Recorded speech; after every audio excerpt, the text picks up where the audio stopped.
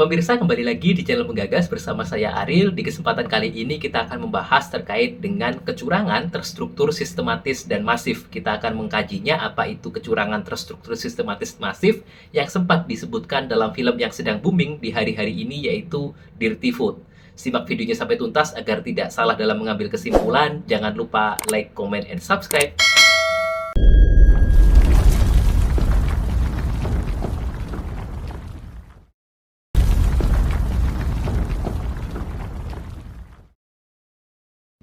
Publik akhir-akhir ini dihebohkan dengan film dokumenter berjudul Dirty Food. Dirty Food merupakan film dokumenter eksplanatori yang disampaikan oleh 3 ahli hukum tata negara, yaitu Bivitri Susanti, Ferry Amsari, dan Zainal Arifin Mokhtar.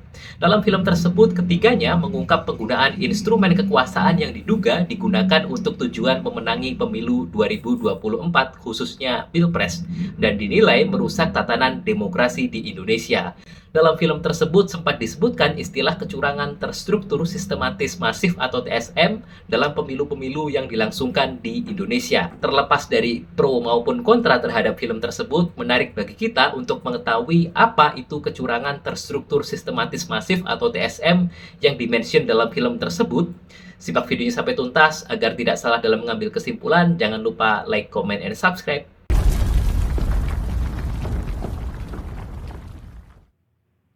Doktrin pelanggaran pemilu terstruktur, sistematis, masif atau TSM mulai dikenal dalam sistem hukum Indonesia melalui putusan MK nomor 41/PHPU-D-6/2008 tentang perselisihan hasil pemilihan kepala daerah Jawa Timur tahun 2008. Berdasarkan putusan MK, yang dimaksud terstruktur, sistematis, masif yaitu pelanggaran itu bersifat sistematis, artinya pelanggaran ini benar-benar direncanakan secara matang atau by design. Kemudian yang kedua adalah pelanggaran itu bersifat terstruktur, artinya pelanggaran ini dilakukan oleh aparat struktural, baik aparat pemerintah maupun aparat penyelenggara pilkada secara kolektif dan bukan aksi individual atau perorangan. Kemudian yang ketiga adalah pelanggaran itu bersifat masif, artinya dampak pelanggaran ini bersifat luas dan bukan sporadis. Kecurangan terstruktur, sistematis, masif atau TSM mengacu pada praktik kecurangan dalam pemilu yang dilakukan dengan cara terorganisir, terstruktur, dan melibatkan banyak pihak. Istilah ini menyoroti kecurangan yang direncanakan dengan matang, dilakukan secara terkoordinasi, dan memiliki dampak yang luas. Undang-Undang Nomor 7 Tahun 2017 tentang Pemilihan Umum atau Undang-Undang Pemilu mengatur pelanggaran TSM dalam pasal 286. Pasal 286 Undang-Undang Pemilu mengatur bahwa pasangan calon anggota DPR, DPD, DPRD provinsi, DPRD kabupaten atau kota, pelaksana kampanye dan atau tim kampanye dilarang menjanjikan dan atau memberikan uang atau materi lainnya untuk mempengaruhi penyelenggara pemilu dan atau pemilih. Pelanggaran ini merupakan pelanggaran yang terjadi secara terstruktur, sistematis, dan masif.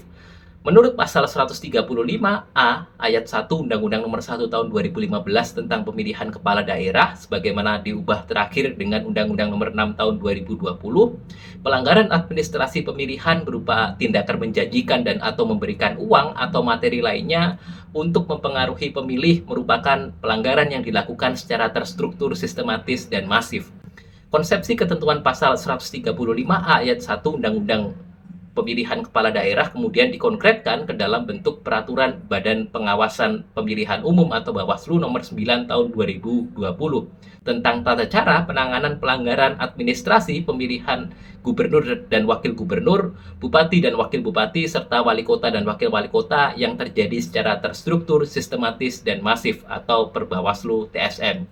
Karakteristik utama TSM dipertegas dalam penjelasan pasal 286 ayat 3 Undang-Undang Pemilu yang menjelaskan bahwa kecurangan TSM memiliki 3 karakteristik utama, yaitu yang pertama adalah pelanggaran terstruktur, yaitu kecurangan yang dilakukan oleh aparat struktural secara kolektif atau secara bersama-sama.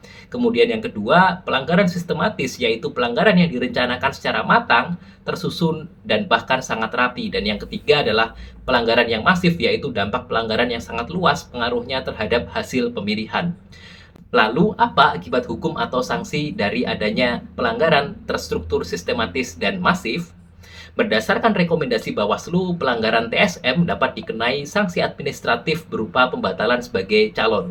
Dalam pasal 463 Undang-Undang Pemilu mengatur bahwa dalam hal terjadi pelanggaran administratif pemilu yang terjadi secara terstruktur, sistematis, dan masif, Bawaslu menerima, memeriksa, dan merekomendasikan terjadinya pelanggaran administratif pemilu. KPU kemudian wajib untuk menindaklanjuti putusan Bawaslu dengan menerbitkan keputusan KPU yang dapat berupa sanksi administratif pembatalan calon anggota legislatif dan pasangan calon presiden dan wakil presiden, yang artinya yang bersangkutan didiskualifikasi. Selanjutnya, calon anggota DPR, DPD, DPRD Provinsi, DPRD Kabupaten atau Kota, dan pasangan calon presiden dan wakil presiden yang dikenai sanksi administratif pembatalan pencalonannya itu dapat melakukan pengajuan upaya hukum ke Mahkamah Agung atau MA. MA akan memberikan putusan yang bersifat final dan mengikat antara dua pilihan, yaitu yang pertama adalah menguatkan keputusan KPU untuk membatalkan pencalonan yang bersangkutan, atau justru membatalkan keputusan KPU dan meminta KPU untuk mengesahkan kembali calon yang bersangkutan. Jika Mahkamah Agung membatalkan putusan KPU, maka KPU wajib menetapkan pihak yang bersangkutan sebagai calon yang sah.